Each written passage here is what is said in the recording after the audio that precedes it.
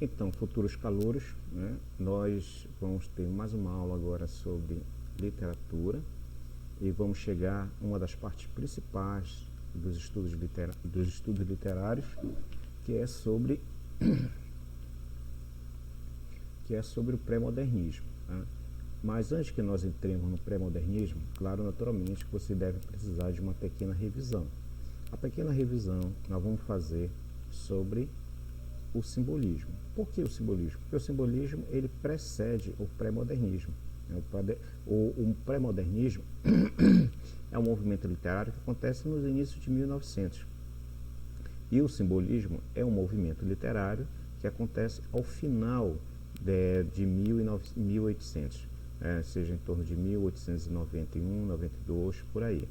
E aí, então, quando chega em 1901, 1902, nós já temos uma nova era literária no Brasil, que passa a ser chamada de pré-modernismo.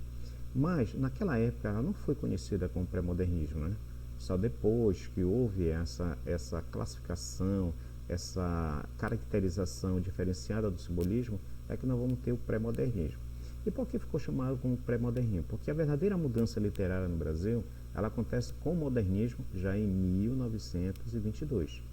Ou seja, 22 anos praticamente depois do início do pré-modernismo. Então, disse que esse pré-modernismo é chamado de pré-modernismo porque ele antecede o modernismo. Por quê? Porque a característica do pré-modernismo vai se consolidar no modernismo. Por isso que há essa classificação diferenciada em relação ao modernismo e pré-modernismo, tá bom? Mas então, o simbolismo foi uma corrente literária que aconteceu logo após o parnasianismo, que era uma escola literária em que se voltava bastante à poesia propriamente dita, a sua construção, a sua linguagem.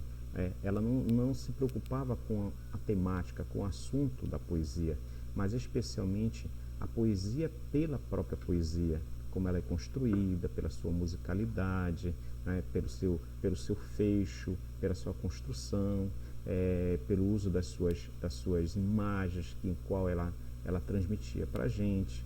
Então, essa a característica do parnasianismo, ela é quebrada com a presença do simbolismo. O simbolismo será uma poesia assim, com mais musicalidade e tem assim, uma preferência por aquela ideia branca, por aquela ideia clara, de toda a situação. Envolve menos o formato real das coisas, trabalha muito a mentalidade e principalmente o estilo de que você vai ler uma poesia e você vai pensar em sonhos, né?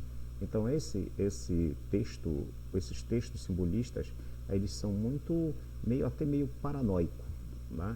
E isso acaba nos resvalando depois, e anos depois, na poesia modernista. O modernismo vai retomar um pouquinho essa ideia fantasiosa do simbolismo. Mas a imagem criada pelo período do simbolismo são imagens realmente muito bonitas, lindas, coisa que nunca havia acontecido em poesias diferentes nas poesias anteriores. Então o simbolismo foi uma novidade, o simbolismo foi uma forma muito extraordinária de fazer a literatura. E ela começa lá na Europa com um poeta chamado Baudelaire. Baudelaire é um grande poeta francês, em que ele começa a trabalhar a imaginação. Essa questão imaginária é que cria a ideia simbolista e que vai influenciar especialmente o modernismo, não necessariamente o pré-modernismo, já que o pré-modernismo já é um pouco realista, embora tenha um lado fantasioso que pode ter sido influência desse simbolismo.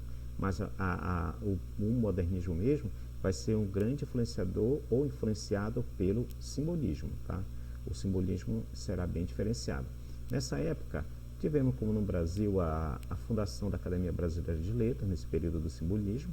Inclusive quem vai ser o presidente da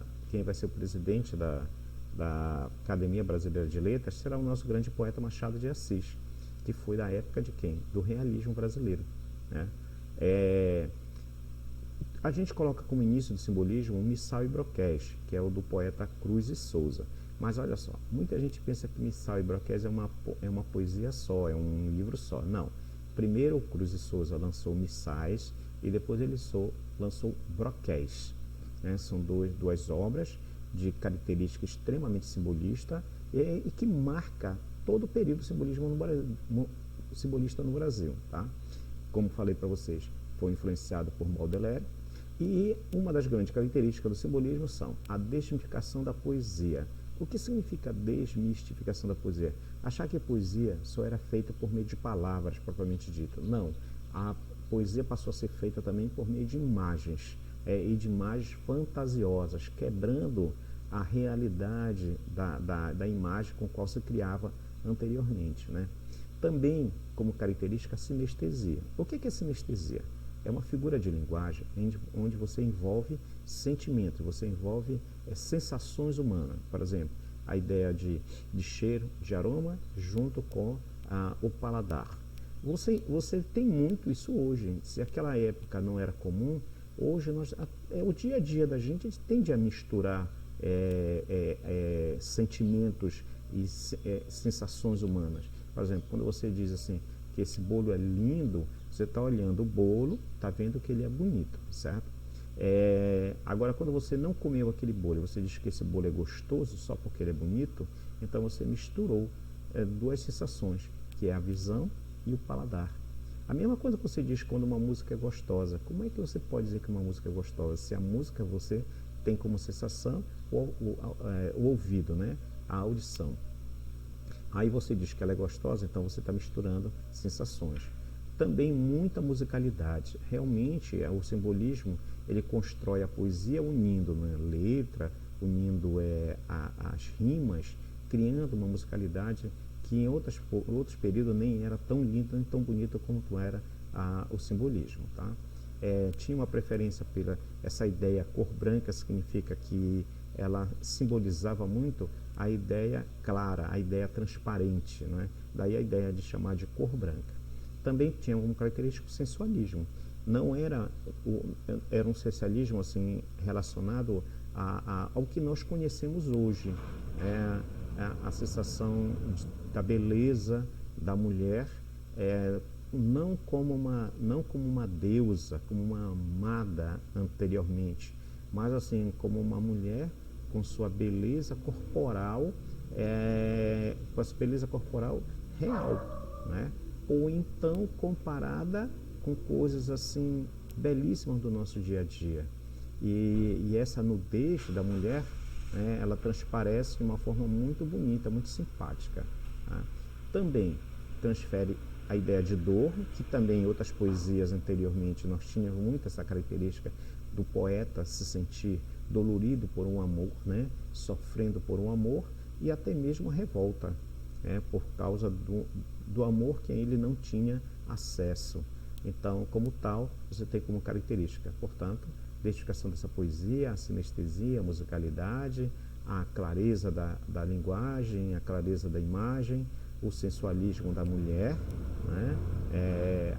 A dor e a revolta pelo qual ele não tinha acesso a essa amada. Tá? Então, destacou-se especialmente Cruz e Souza. Ele é o grande poeta representante desse período. Tá? Então, a obra que marca esse período é Missal e Broquéis. Muito bem, então, ao terminar os anos de 1800, a poesia ficou marcada finalmente pelo simbolismo. E aí, então, nós vamos ter uma nova fase que vai se configurar numa outro tipo de poesia. Não necessariamente mais poesia, nós vamos mais marcar a esse período não poético, mas o poeta da literatura brasileira na sua forma de romance, por exemplo, e até de documentários. Será uma literatura diferenciada, uma literatura, eu acredito, eu tenho o poder de dizer, né, em que era uma poesia mais madura. É como se os poetas brasileiros começassem a criar o seu próprio pensamento, começassem a criar a sua própria forma de fazer poesia, não mais imitadas pela Europa.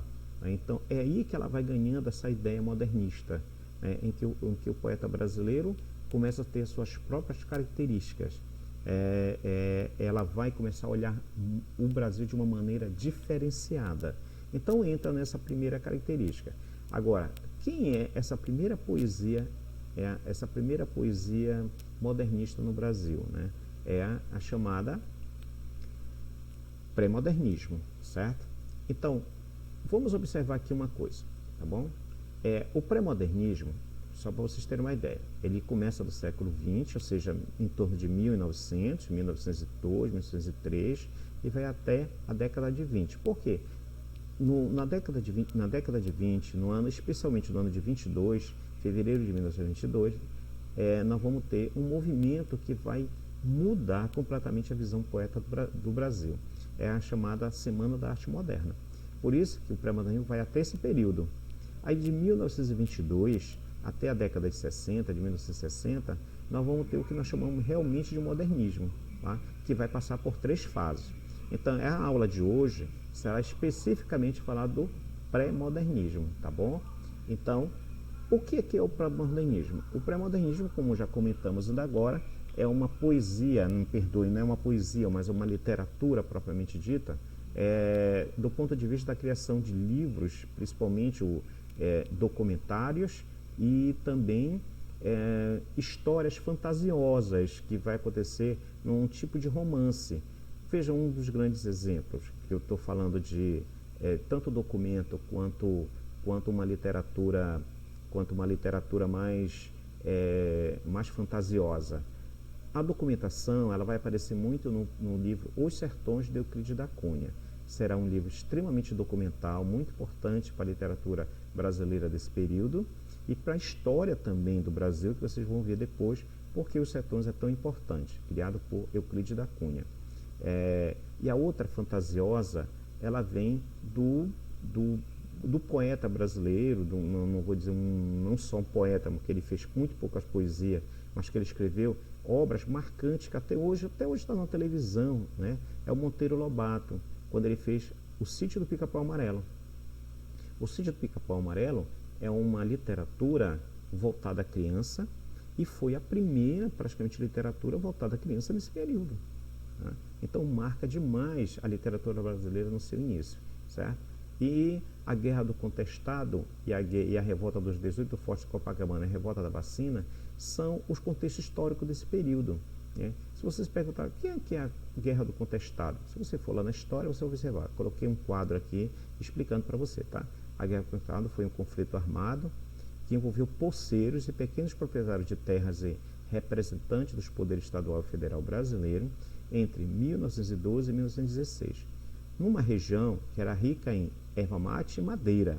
Ela era disputada pelo estado do Paraná e de Santa Catarina. Essa região era marcada por muitos conflitos ligados à disputa entre os dois estados. Essa região era conhecida como Contestado, daí a Guerra do Contestado, que aconteceu lá nessa região do Paraná e de Santa Catarina, tá? E a Revolta da Vacina? O que é a Revolta da Vacina? Ela também foi conhecida como Quebra-Lampiões. Ela foi irrompida no Rio de Janeiro, que naquela época era a capital federal do Brasil, né? Em novembro de 1904. Olha, isso aqui remonta muito esse período do pré-modernismo, tá? Esse foi um protesto contra a obrigatoriedade então decretada pela vacinação contra a varíola, ou seja, todo mundo era obrigado a ser vacinado contra a varíola. Isso acabou criando um desconforto lá no Rio de Janeiro, causando um movimento contrário a esse período de vacina. Agora, bem semelhante ao que anda acontecendo hoje, né? Não está havendo revolta, mas nos celulares por aí de todo mundo, nós vemos quase todos os dias pessoas que negam a importância da nossa vacina, correto? Muito bem, então essa que é a ideia do pré-modernismo. O pré-modernismo, ele passou então por dois períodos que vão marcar suas características. Qual é a característica? É uma característica conservadora, e veja o outro quadro, a característica renovadora. Então nós temos um período conservador do pré-modernismo, não é isso? Que ele sobrevive com a manifestação ainda positivista das poesias anteriores, marcada por Augusto Comte, né? E também agnóstica e liberal. Agnóstico no sentido que essa poesia pré-modernista, ela começa a esquecer aquela ideia muito, como nós podemos dizer, muito religioso, né? Porque as poesias anteriores ela retoma um pouquinho aquela ideia da Idade Média, que a religião é uma coisa importante, né? Então o pré-modernismo vai começar a quebrar um pouquinho isso, porém, mas de forma muito pequena. Por isso que ela ainda vai ser um pouco conservadora. E passa a ser liberal, né? Ou seja, o que ele fala ali nos seus materiais, nas suas histórias, começa a remeter um pouco de liberdade em relação aos seres daquele período, à sociedade daquele período antes do pré-modernismo. Mesmo assim, ela estava no início desse pensamento liberal. Mas então, ela era conservadora, mas estava caminhando para a liberdade de pensamento da época, tá? Nesse período, destacou-se Euclides da Cunha, com a obra Os Sertões, como eu falei para vocês. Em Os Sertões, ele retrata a miséria e o subdesenvolvimento nordestino. Naquela época, Nordeste não era visto direito com o pessoal do Sul, né? É para a gente uma parte do Brasil esquecido, né? E Euclides da Cunha retoma esse pensamento com essa obra Os Sertões, tá? Então, assim você tem como uma poesia conservadora que caracteriza o pré-modernismo inicialmente. E aí depois ele dá uma melhorada, né? Ela se renova. E com essa renovação, nós temos aspecto da realidade brasileira. Ou seja, de repente, esquece-se aquela sociedade mais alta, aquela sociedade mais rica, aquela sociedade mais conservadora e começa a pensar numa sociedade pobre, ignorante, em que se destaca naquele período político, né? Onde você tem um número muito pequeno de pessoas de nível cultural e de nível financeiro alto e passa a retratar um pouco mais essa ideia do Brasil pobre, é isso? Então, ela passa a ser considerada renovadora. Nós vamos ter como grande poeta desse período o Lima Barreto, por meio de uma obra que ele fez, Triste Fim de Policarpo Quaresma, que também retrata a vida urbana e a transformação do início desse século, no século de 1900, compreenderam? Até porque o grande personagem dele será uma pessoa pobre e que vai tentar uma vida melhor dentro de uma escola fechada, né? E o Monteiro Lobato, como falei, Monteiro Lobato, hoje para nós, ele é conhecido como a grande criação do Sítio do Pica-Pau Amarelo. Mas ele fez obras literárias muito interessantes, entre as quais Urupês. Olha, observe que Urupês é um nome indígena, né? Ele retrata nessa história dele a miséria do caboclo e a decadência da cultura cafeeira. Ou seja, observe que tem uma visão realista naquele período brasileiro, tá bom? Por isso, se torna renovadora. Esquece-se a vida culta e a vida sofisticada dos seres, das personagens, das poesias anteriores e das histórias anteriores, tá? Mas olha, eu falei para vocês que a Semana da Arte Moderna foi um grande marco inicial da poesia modernista no Brasil, né? Só que aconteceu em 1922. Então, o Monteiro Lobato, em 1922, já era um poeta famoso, ele era jornalista, depois se tornou escritor famoso, e nesse período, em 1922, embora ele fosse um pouco renovador, no período do pré-modernismo, quando foi no modernismo, ele criticou a modernidade exagerada dos poetas modernos, e ele criticou o início da exposição da pintora Anita Malfatti, que foi uma grande criadora, coordenadora do período daquela chamada Semana da Arte Moderna. Ele chamou no seu edital do jornal, chamou aquela exposição da Anita Malfatti de paranoia ou mistificação. Ou seja, só os fatos de chamar de paranoia, chamar aquela mudança brusca de pensamento de loucura, não é isso? Graça Aranha também, por meio da obra Canaã, ele fala sobre a migração além do Espírito Santo, ou seja, muita gente saindo do sul, viajando para outros lugares, para outros pontos do Brasil, especialmente o Nordeste. Isso aí também se torna uma obra moderna, né? Os grandes poetas representantes desse período, então, como falei, são Augusto dos Anjos, com a obra Eu e as Outras Poesias, tá bem?